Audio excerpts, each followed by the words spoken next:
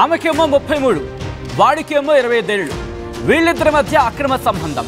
Cut చేస్తే ఒకరు మృతి. ఇది క్లుప్తంగా చెప్పాలంటే. ఈ ఘటన ఎక్కడ జరుగుతుందో తెలుసా?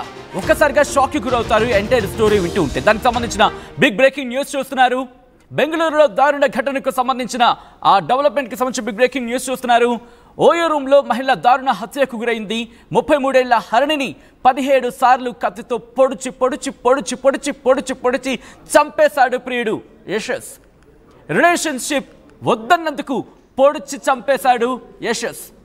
గత కొద్ది రోజులుగా హరిణితో యశస్కు రిలేషన్షిప్ ఉంది. బహుశా దీన్ని రిలేషన్షిప్ అని అనాలా, లేకపోతే ఇల్లీగల్ రిలేషన్షిప్ అనాలా? నేనైతే ఎక్కడ కంక్లూషన్ ఇవ్వట్లేదు. ఈ ప్రశ్న మీకే సంధిస్తున్నా, మీరే మాట్లాడే ప్రయత్నం చేయండి. ఎందుకంటే మీరు చూడొచ్చు, యశస్కి 25 ఏళ్ళు, హరిణికి 33 ఏళ్ళు. వీళ్ళిద్దరి మధ్య రిలేషన్.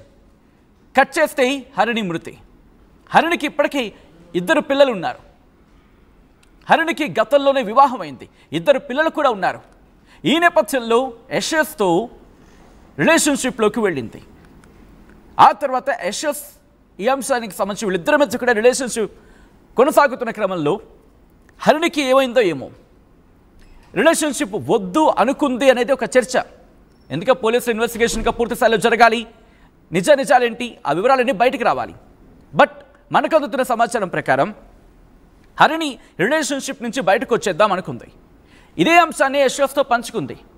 అంతే, నాతోనే రిలేషన్షిప్ని కట్ చేస్తావా అని ఆగ్రహంతో కోపం తెచ్చుకున్న యశస్ హరిణి మీద కోపాన్ని పెంచుకున్నాడు.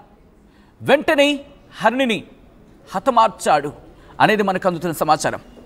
17 సార్లు పొడిచి పొడిచి పొడిచి పొడిచి పొడిచి పొడిచి చంపేశాడు హరిణిని యశస్.